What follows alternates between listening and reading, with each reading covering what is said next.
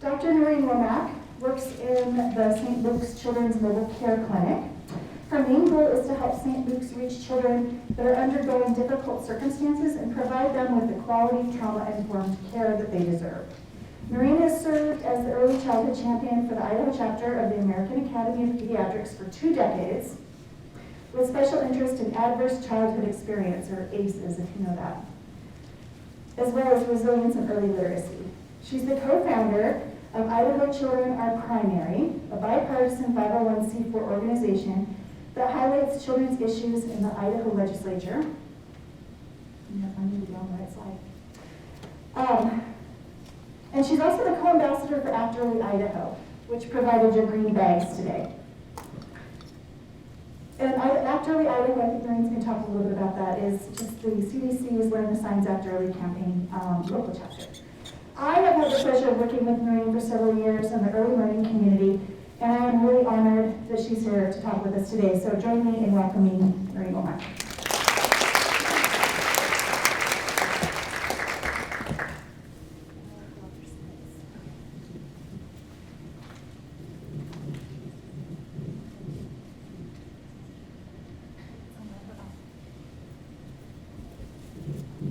Good morning. Good morning. Let me just make sure this works. So I want to know where my squid hat is. Those things are cool. And I'm really honored to be with you guys today. Librarians are some of my favorite people. My critical childhood formation was, librarians were really a part of it. I'm an avid reader, and I have been since I was a kid, and I attribute the library in Beaumont, Texas to that. And I think, that you guys are really some of my favorite people, and I really mean that. So I'm very honored to be here. Thank you, Stacy, for inviting me. So I don't have any financial disclosures, but as Stacy mentioned, I am the co-lead on a grant that Idaho was given along with those other green shaded states through the CDC and AUCD. And Melissa Chris is my other co-lead. She's the director of Idaho STARS, which is the child care quality rating system, and Dr. Janice Fletcher, who is a professor at the University of Idaho. So we, in this grant, are trying to promote developmental monitoring and screening, so we're going to be talking about that certainly today. I only have a few objectives, but they're pretty ambitious.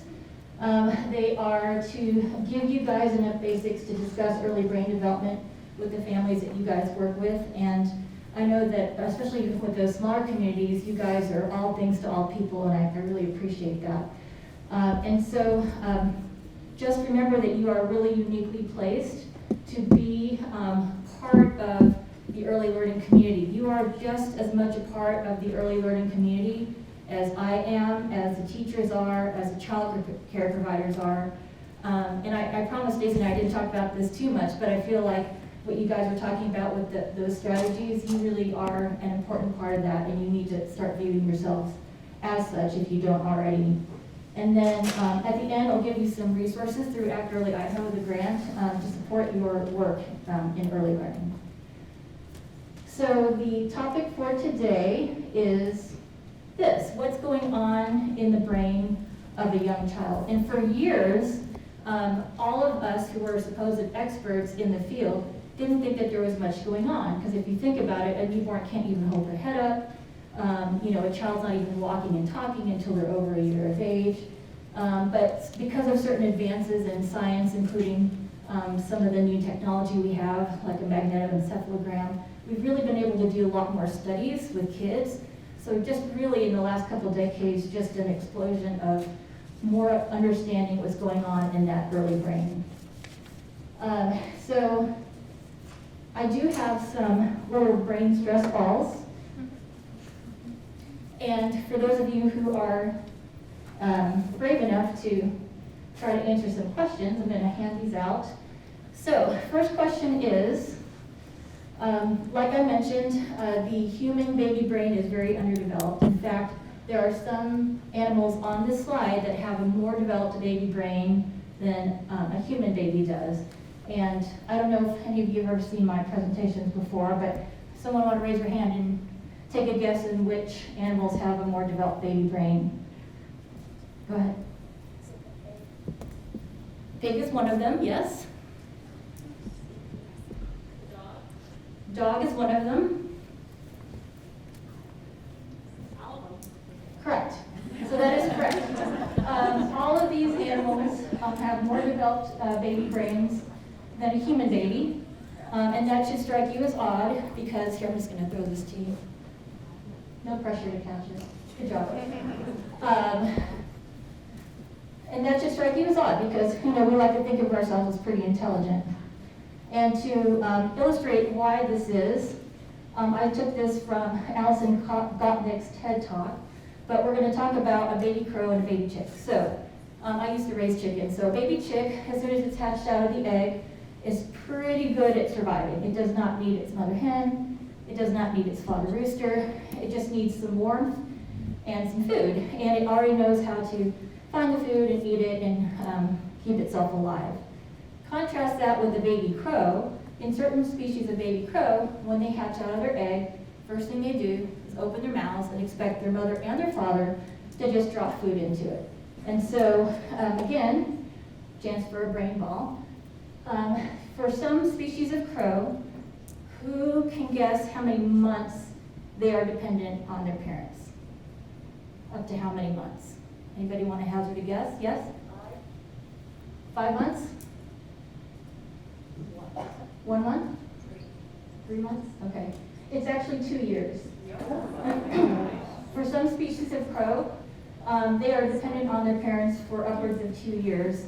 And you think, what on earth would be the advantage of that, right? Because, you'd think that the chick would have better, I can't remember now. Okay.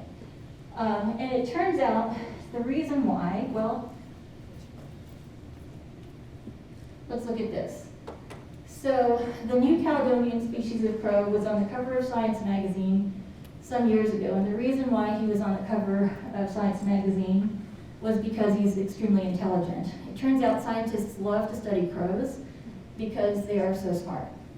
So a picture here is of a crow who's figured out how to use this twig as a tool. He's learned that if you keep that twig in that hole long enough, stuff will crawl out and he can get food. So, the fact that a crow can actually use a tool is fascinating to scientists, and that's why he's on the cover of Science magazine. And so that's where our crow ended up. And this is where our chick ended up.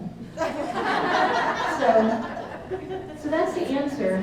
It turns out in the animal kingdom, the longer your childhood is, the smarter you are as a species, generally speaking anyway. And human beings have the longest childhood of any of the animal species. 18 is kind of the arbitrary cutoff, though we know now that it actually takes about 22 to 24 years before that prefrontal cortex is completely developed. And then, of course, it depends on the individual, and males later than females. Sorry, guys. So childhood is critical for learning. Our brains are completely just blank slates when we are born. Unlike that baby chicken who can survive right out of that egg, right? And the reason why we are such blank slates when we're born is so that we can create our brains from complete scratch. So the people who are going to create that baby's brain are the adults that are around that baby.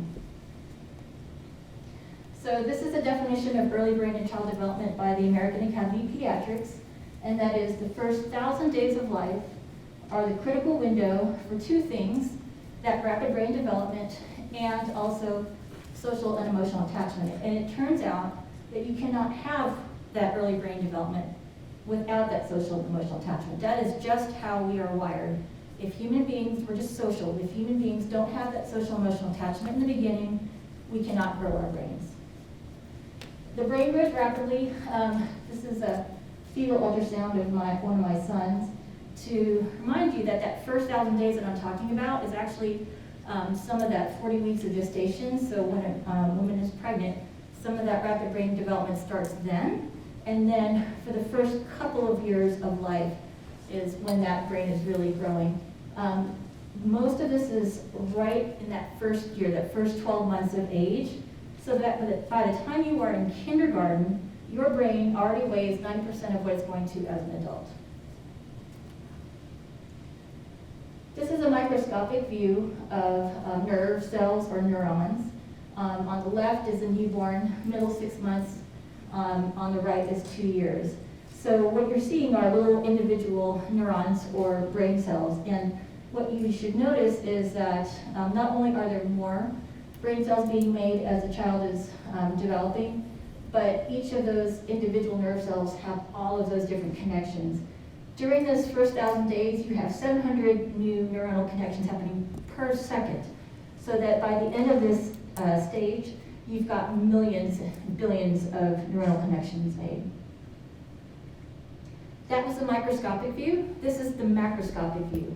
This chart should look familiar if you are around kids, because this is the chart that we use during well-child checks to make sure that the brain is growing, because if the brain doesn't grow, the head doesn't grow. So for the first couple of years of life, we actually measure the head circumference, plotted on that chart. And what I want to point out is that the first year or so of life, those first 12 months, look at the slope of that curve. It's almost exponential. And that's all of those millions of neuronal connections being made. So there are 3 things, it turns out, that children need for this brain development to occur.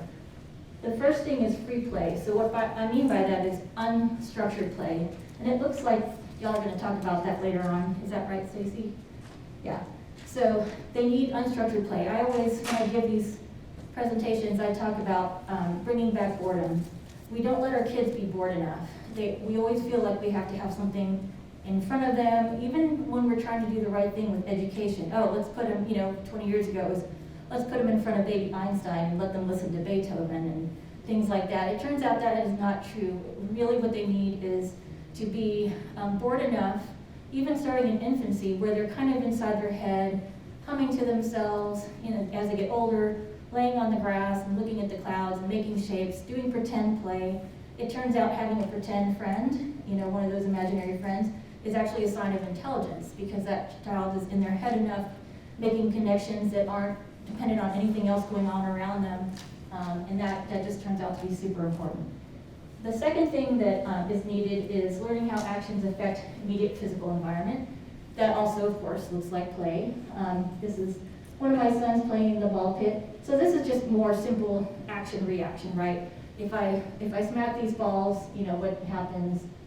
What noise does it make? So, this one's pretty self-explanatory. The third and final and most crucial thing that children need for this rapid brain development to occur is social and emotional attachment. And the way they achieve that, especially in infancy, is what we call serve and return interaction. Does anybody know what that means? Has anybody heard that term before? So serve and return interaction is pretty easy. Think about it as a tennis match. So somebody serves the ball, and then there's somebody that returns the ball. So that's really all serve and return interaction is. It's a child and an adult, and the child reaches out to that adult. It can either be vocalization, facial expression, physical touch, and then that adult acknowledges that and then does something back. Same thing, vocalization, facial expression. So in a baby, it looks like, the baby smiling and cooing, and then the adult is, oh, that's so cute, and the baby talk back to them and smile at them. Turns out that's really super important.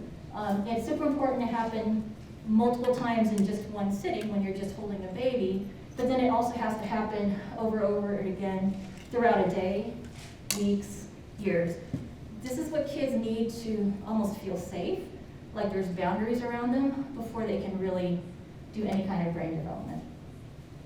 So this is what social and emotional attachment looks like at this age. And when they do EEG studies, so electroencephalogram, where they put the little sticky electrodes on the head, most people think about EEGs as ways to measure for seizures. But again, with all the science that's been happening, they've done EEG studies when people are doing serve and return interaction, a child and adult dyad, And the parts of the brain that light up are the ones associated with joy. The other thing is this cannot happen through a screen, especially under 2 years of age. They've done these really elegant studies where they have the same kind of interactions happening. One will be, physically in person, and then the other one will be virtually on a screen. And kids just really don't respond under 2 years of age, actually more like 20 months of age and under, when you try to do this sort of return interaction through a screen. So how do we measure this brain development? And most of you are already doing these things. There are 4 developmental domains. That's the movement, physical development, cognitive, language communication, and social emotional. We don't always add speech when you see the language communication. Usually people think of speech as well, but of course you can communicate in other ways, like sign language. And in each of these developmental domains, we have the milestones, right? We've got the benchmarks for things that children can do by a certain age, where we expect them, the normative milestones. And so let's just take an example of a 12-month-old or a 1-year-old. All I did was I went to the CDC website and I typed in developmental milestones and I brought this up, and then I cut and paste the one for 12 months. So just to visualize, you have a 1-year-old in front of you, can they do these things? And that's really all it is. This is basically, if you do this with a 1-year-old in front of you and check off each of these things, can they do this? You've done developmental monitoring. It's that simple. Now, for us in the early learning community, and that includes you, this is super exciting. So I've been a pediatrician for a long time, and I don't think I've ever seen them update the developmental milestones until last month. So for the last couple of years, the CDC funded some developmental behavioral pediatricians at the American Academy of Pediatrics to take a look at all of the milestones that we already had and kind of revamp them. They looked at them to make sure that they crossed cultural boundaries. They looked at them to see if they were truly evidence-informed, if not evidence-based. They tried to make it that it didn't matter what your socioeconomic strata was, so not everybody can afford to buy their children blocks. So for instance, they took that out. But the most important thing that they did with these new developmental milestones, so it doesn't mean that the old ones are bad or wrong. If you still have checklists that use those, it's okay. But these new ones, instead of taking a milestone that a child should, like 50% of children at 12 months of age can do, they've changed it to what 75% of, for instance, a 1-month-old can do. What that does, what it's hopefully going to do, is decrease the amount of the approach that we call wait and see. That wait and see approach that I'm guilty of, all primary care providers are guilty of. When you see a child and they're not saying any words yet by a year of age, and you say, well, I'm just going to see you for your 15-month check, so let's wait and see if they're talking then, because chances are that's going to happen. If you change the milestones from 50th to 75th percentile, that makes that harder to do, correct? So if you go back, well, let's go back to the 12-month milestones that I cut and pasted just the other day. These are actually the new milestones. And so as a pediatrician, I've been telling families for a long time, okay, at a year of age, your child should be taking 2 or 3 independent steps, right? That's what I've been saying forever. But now the new milestones say a 12-month-old should be walking, holding on to furniture, to a hand, and pulling to stand, but not necessarily independently walking. That independently walking milestone has been changed to the 15-month, if that makes any sense. I hope that was clear. So anyway, check them out. They're brand new. You're going to see a lot of them. You're going to recognize a lot of them, but a lot of them have been moved from up. They're now at older ages. So how should we track development? There's 2 main ways. There's developmental monitoring, or we also call it surveillance, and then there's developmental screening. For our intents and purposes today, and for actually my intents and purposes for my everyday practice, developmental monitoring is really what we focus on, because that's the one that's informal, can be done very quickly, can be done by families, should be done by families, can be done by you as librarians, and as family members, as an aunt, grandmother, etc. So that is the one that we're going to really talk about today. Developmental screening is a more formal process. Usually the screeners are intellectual property, so you have to buy it. So a common one is called the Ages and Stages questionnaire. That's what I use in my practice. You have to buy this thing, and you have to, if you're not already some sort of early childhood professional, you have to get trained how to do it. There's only for certain ages, and so that's beyond the scope of today's talk. But developmental monitoring is super important. And again, I'm going to say this a lot, you guys should be doing this too. You are part of this early learning community, just as important. And so you need to be doing this with your families. You need to be talking about it, because the more I talk about it and you talk about it and child care providers talk about it and they see it, then it makes it normative and it makes it easier for them to see a concern. It's also fun, let's face it, it's fun to work with your kid. Oh, you know, is your child babbling at 9 months? Like, oh, are they? So what are you going to do? You're going to do that serve and return interaction with that child to see if they're babbling by 9 months of age. So actually routinely tracking milestones is a way of, you know, having that family and yourselves engage with that child. So very important.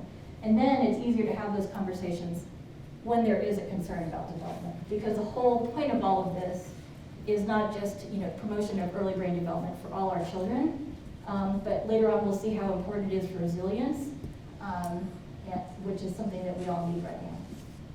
So this slide right here is accumulation of decades of work and thousands of patients and dozens of scientific articles, all kind of boiled down to one nutshell, which is when you have significant childhood adversity, and now I'm not talking about going into the hospital because of pneumonia, not talking about breaking a leg. Those are very traumatic experiences, but that's not what I'm talking about. I'm talking about significant childhood adversity. If you have that in your life, especially more than one type of situation, that contributes to half of the top 10 causes of death in the United States. So we're talking cancer, lung disease, stroke, diabetes, and heart disease, which is our #1 killer, and also the most expensive by billions for healthcare, which we all know is a problem in terms of financing that in this country. So raise your hand if you're familiar with ACEs and what it means and have heard of it and the study. Okay, that's what I thought. So just really briefly, in this slide, there were 10 original adverse childhood experiences, or ACEs, that were studied by Dr. Felitti and Kaiser in California in the 1980s, which has contributed to most of our knowledge about it to this day. Those 10 are child physical abuse, sexual abuse, child neglect, household dysfunction as defined by mental illness, substance abuse, incarceration of a family member, domestic abuse, parental separation, and divorce. On this slide, we've added also below the adverse community environments that can contribute to those original adverse childhood experiences, and those include things like poverty, housing problems, and I stuck COVID-19 in there because it just needs to be in there. Obviously, that has not made life easier for anybody in the last couple of years. So just as an illustration, this shows almost one-to-one correlation between the number of adverse childhood experiences, that's on the x-axis, with the chances of having adult heart disease later on in life. And again, this is not for the scope of this talk today, but suffice it to say that a lot of people look at this and say, oh, it's because, you know, if you've had a traumatic childhood, then you're going to be more likely to engage in high-risk behaviors like smoking and drinking and all that stuff at an earlier age, and that's why you end up with heart disease when you're older. That is not necessarily the whole story. There's a lot of physiologic changes that happen to children when they're subjected to ACEs, including significant structural changes in the brain, stagnation of that early brain development. I've seen kids who've been severely neglected who on that head circumference chart that I showed you in the beginning, their brains just aren't growing, and that's purely from the neglect. And so there's the structural brain changes, there's significant hormonal changes. A lot of people use that analogy of, we have a fight, flight, freeze response if we are walking in the woods and there's a bear.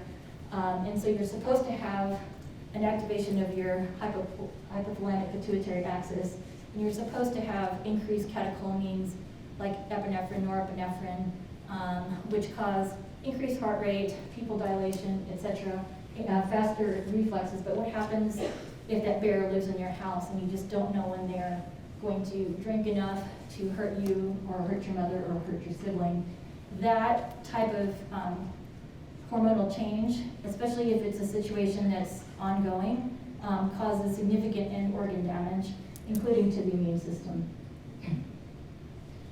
For some kids who have a higher number of adverse childhood experiences, just having them decreases life expectancy by 10 to 20 years.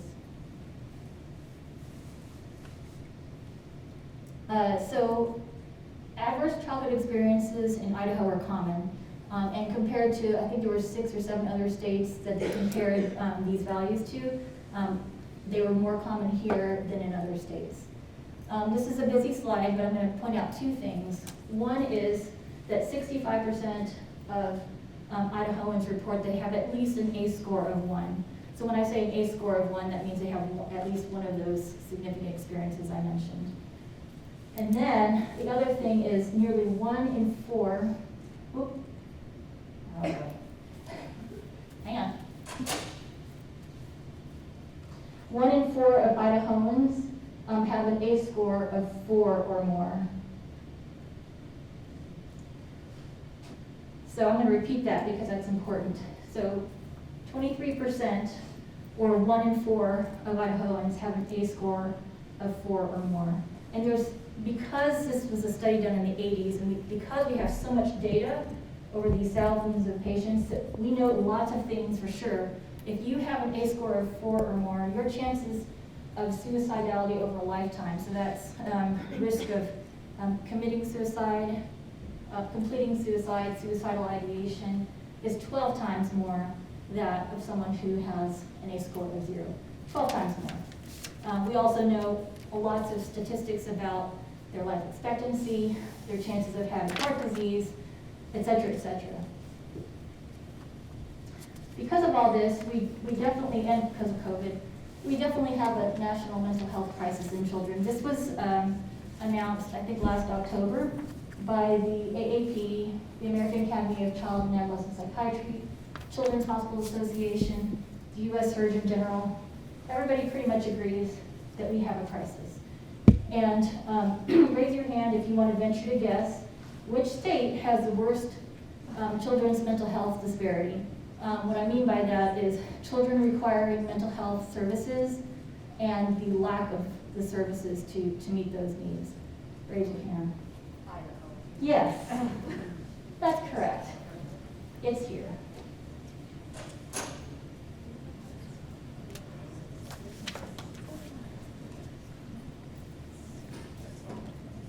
We all have our work cut out for us. Raise your hand if this looks familiar to you. Maslow's, oh good. And I think somebody else is going to talk about this later, right, Stacy? So I'm not going to belabor this too much. But suffice it to say that we all need air, water, food, shelter, sleep. And unless we get those things, we can't really do much of anything else. So we need to have those basic needs before you can get a good job, before you can take care of yourself and be healthy. And you need those things. You need to be healthy, be employed, really to have those healthy relationships. It's easy to have an unhealthy relationship, right? That's easy as anything, right? But what I'm talking about is those healthy relationships. So you need those safety things to have meaningful, healthy relationships. And you need those before you can have good self-respect, recognizing the good in yourself and others, et cetera, et cetera, et cetera. So my point for this slide only is, just assume that people that you meet are basically living on the bottom of that pyramid right now, because it's true. So that was a lot of bad news, sorry. And it used to be when I gave presentations on the ACE stuff, 15 years ago, I actually had somebody come up to me after and said, all you did was hand us a crap sandwich. And so truly in the last 10 or so years, we've gone from a deficit-based approach to more of a strength-based approach. Okay, now we know what happens to someone who has an ACE score of 4. We know that's not good. So what do we do about that? What can we do so that that ACE score of 4 is not predictive of what's going to happen in that person's life? Because it shouldn't be. Now that we know all this stuff, now it is our job, my job, your job, to change that so that an ACE score of 4 is not predictive of what happens in that person's life. So you guys, by definition, work in a warm, safe, dry environment.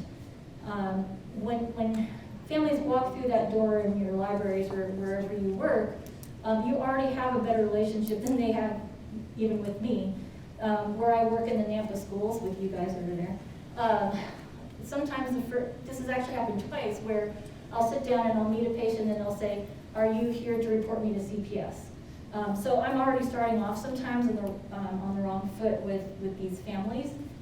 But you aren't. They're walking in and they're like excited to be there and it's fun and they don't have to be there, so that the fact that they're there, it means that they want your help, they want to help their children. So you're already starting off positively.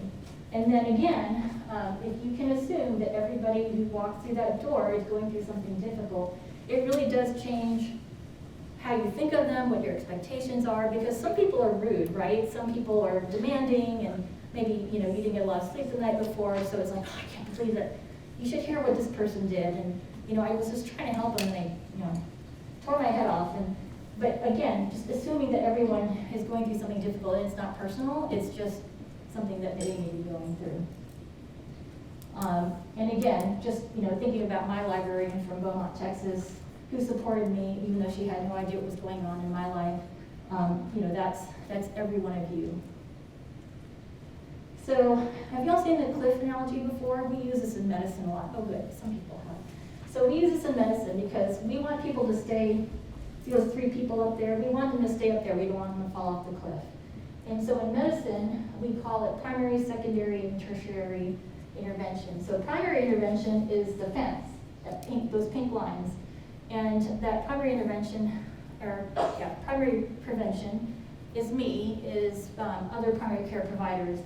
So example of a 55-year-old woman who you want to have annual preventative visits, annual mammogram, to prevent any kind of health concerns. That's the primary prevention. She's seeing her doctor every year, getting her blood pressure checked. The secondary prevention, which is the blue safety net, that would be a cardiologist who sees that 55-year-old woman because the last couple times she's gone in, her blood pressure is high. So the primary care doctor sends her to the cardiologist, who's the secondary prevention tier, who's that little safety net, and he will prescribe high blood pressure medication and probably a regimen of exercise and healthy eating, etc. If that 55-year-old woman falls to the bottom of the cliff, that would be like having a heart attack.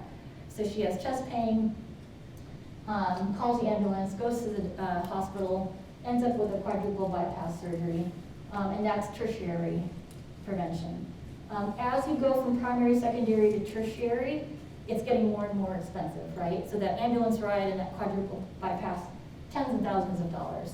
Whereas seeing your primary care provider is usually included in your healthcare premiums. So let's take this cliff analogy, but apply it to toxic stress prevention. And I didn't talk too much about toxic stress, but toxic stress is what happens when you have, when you're subjected to adverse childhood experiences or childhood trauma. So for toxic stress prevention, we have on that, for primary prevention, you guys. You're all the way up there with social emotional learning, positive parenting, and universal preschool, which we're one of the 5 states that does not have universal preschool, but that's where you are. So that's important, how important you guys are. The other things are also very important, of course. Head Start, home visiting, infant toddler program in WIC. but they're the safety net, they're secondary. You guys are on the front lines. And this slide just basically says the same thing. It's hard to raise kids. There's always going to be stressful moments, whether there's any actual adverse childhood experiences or not. You know, kids have to toilet train, and that's not always easy. Kids have temper tantrums, kids have colic. That's my kid. I was smiling on the outside, but not on the inside. I don't even know to this day why he did that. I asked him recently. He's 18, and he's like, I don't know. So, you know, these moments happen. They probably happen in your libraries in front of you, right? You have a kid who's having a tantrum. And we have no idea which parents are going through enough stuff or have gone through something themselves that they just can't handle those kind of situations. And it's part of your job to help identify those parents and then prepare them if you can. So again, talked about the strength-based approach.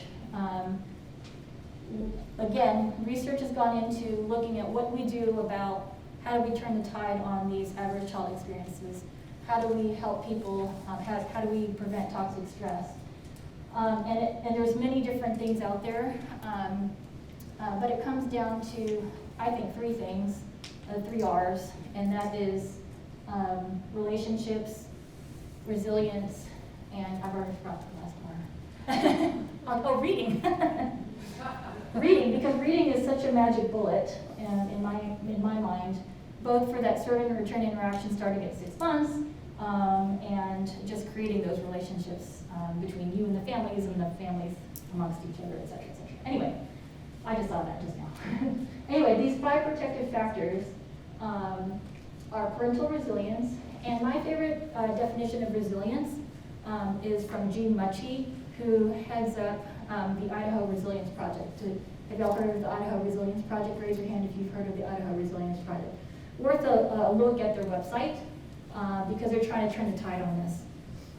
Anyway, Jean Mucci, who heads that up, her definition of resilience is bouncing forward from adversity. So not just bouncing back, but bouncing forward. And I think what she means is, you know, not only do you recover from those traumatic experiences that you may have had, but you actually come out maybe even better for having them. And I think that's what she means by bounce forward. So that's what resilience means. So parental resilience is one of the protective factors against toxic stress. Social connections, which is, again, you're part of that. You're part of that framework that we want to put around these families. They might have a home visitor, but if they go to the library, you've got to be part of that social connection. Their primary care provider, a teacher, a family member, a church member. You know, you want to surround these families. You know, think of it as like a big hug, and you're part of that social connection piece for sure. I highlighted knowledge of parenting and child development because that's what my grant's all about, and that's what this talk is all about. But that obviously is one of the key protective factors in promoting resilience in these struggling families. And so that monitoring that we were talking about is super important. Fourth one is concrete support in times of need, and that one's easy. That's Maslow's hierarchy. You need to give people what the housing, the food, the shelter, etc., for them to be successful. And then the last one is social and emotional competence of children, which, remember, they're blank slates when they're born. They have to learn that. I mean, there are some children that are just born with innate resilience, and that's fantastic. But we have to teach that to our children. So this is one of my favorite quotes from Mother Teresa, and that is, if we have no peace, it is because we've forgotten that we belong to one another. And in relationships, it's all about relationships. I've been saying that forever, and I'm sure all of you that have lived this already know this, but it's becoming more and more of a catchphrase even in the AAP, American Academy of Pediatrics. They call it relational health. That relational health is one of the keys to combating toxic stress. Okay, so now Now I'm wagging my finger at all of you. You need to do this and you need to do that, and I'm sure you're already doing all those things. And I'm sure you already have, and I can see physically that you already have your own toolkits, so things that you go to in your work to help these families. And so my ask is that you incorporate Afterly Idaho into your work. So there's on those pads that you should have gotten that were part of your green bag. This website is on there. But if you just search Accurately Idaho, this will come up every time. And somebody hand, where is that? Yeah, just on the bottom of that is Accurately Idaho website. But again, just search Accurately Idaho, and this, it's actually just a web page, just one page. And this one page has hopefully all the resources that you will use soon in your daily work. And I think Melissa Christ, my co-lead, already put a lot of the resources that you can order from this website in your bag. But just to show you what's available, so here's part of what's available. These are called Milestone Moments booklets, and they're kind of passport sized, and they have all the milestones from 2 months of age to 5 years of age. And so the milestones are in here. You can do the developmental monitoring. You can keep track of it in one spot. It's available in both English and Spanish. I find these to be very popular with the Hispanic population. They like to just have it all in one spot. And lots of fun activities as well. The one thing that we've really been pushing is the app. So the CDC Milestone Tracker app is free. It's also available in English and Spanish. And all you need to do once you download it is put a child's name, first name, and birthday. And then from then on, it will track your child's development. Melissa Christ, who does Idaho Stars, actually tells her teachers to put all of her students on it because you can put as many kids on this as you want. So she sees it as a valuable tool for child care providers as well. Same thing, it has all the developmental milestones, ages 2 months to 5 years of age. So it's really for the families with children 5 years and under. And it's a fantastic resource, and it's free. The other thing that's on that webpage, the Accurately Idaho webpage, is a resiliency toolkit. So we talked about in the Strengthening Families framework, and the toolkit's not going to be in your packet because it's actually a PDF that's about 10 or 11 pages long. And it basically is, like what? And I tell the families, their parents, guess what the one thing that you have, it's really easy, that you can do that will guarantee success in your child. I do play it up a little bit. It's reading. It's reading. That's been shown over and over and over again in study after study. So you're in the right profession. Good job. So I don't want to belabor the point. I've already told you I love you guys because it's true. Question? Can you tell us the 5 R's again? There are only 3, and I just made that up. Like just now. Reading, relationships, and resilience. So don't quote me on that one, because that's not studied. So 100 years from now, it will not matter what my bank account was, the sort of house I lived in, or the kind of car I drove, but the world may be different because I was important in the life of a child. So never forget that when life is hard, which it often is. And I think, am I good for time, Stacey? I'm done. Questions? Oh, and I think I have enough brains actually for everybody, huh?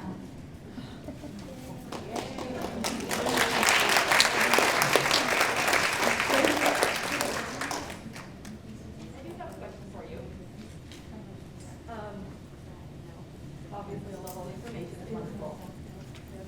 the culture in Idaho right now, at least in North Idaho, against the CDC and trusting any information that comes from the CDC. Are you seeing that any information personally? I mean, that I want to pass this information along, but how do I not scrub CDC from it, but take that cautious approach to make people understand that this information is reliable and trustworthy from an organization that they don't view as trustworthy? The only thing you can do is already have a relationship with that person. That's the only way. Relationship is, it's just another example of how relationships are important. The only way you're going to change anybody's mind if they trust you more than they trust whatever news source they're seeing. This happens all the time with me when I'm seeing somebody who's vaccine hesitant or doesn't want to wear a mask. If I already know them, they know me, and they know that I'm not there to try to push my political agenda on them. I'm just there to try because I care about their kid and want the best for their kid. If they feel that, it doesn't matter what their political party is or what they're hearing, because they'll see you as a trusted expert. Thank you, that's reassuring.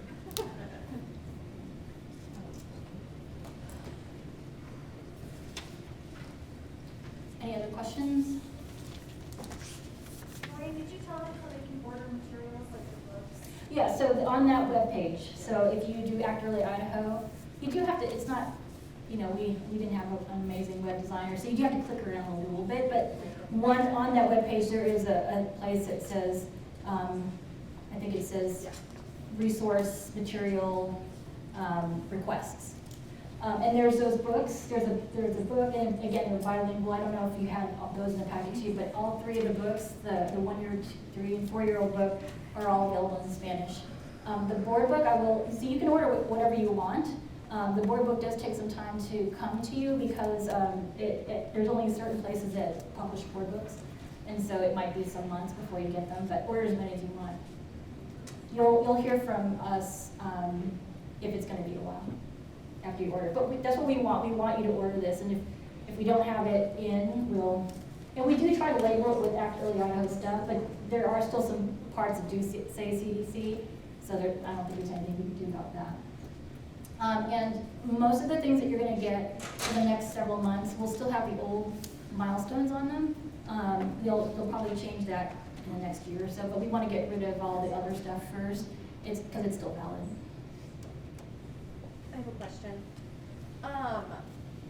So I've seen some things about the CDC milestones changing where people are saying it's because of COVID, and because kids are not getting as much social interaction, and so they had to like lower a bunch of things. So I'm curious if there is information about why they changed. Like, is that on the CDC website? Because you explained a bunch of things that made sense, but Yeah, it has nothing to do with COVID. The process started before COVID did. Yeah. I mean, they came out last month, but they've been doing this for 2.5, 3 years. yeah. So that's all I would say. It's like this process started before COVID, so it has Okay. nothing to do with COVID. Cool. I've not heard that. That's interesting, but it makes sense. Yeah.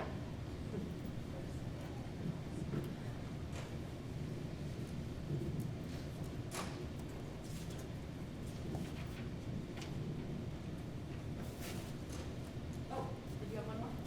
Oh. Can you talk about the grant a little more, the grant opportunity? The grant that we have? Nope. We're in our second year of our grant, and the grant was to put these things together. So it was to put the webpage together, to have all these resources and all your fun goodie bags, and create the logo. We probably won't get a third year, so we're working on trying to find, and don't worry, you can still order even a year from now. We'll find ways to continue the funding, but the original 2-year monies were from the CDC and AUCD.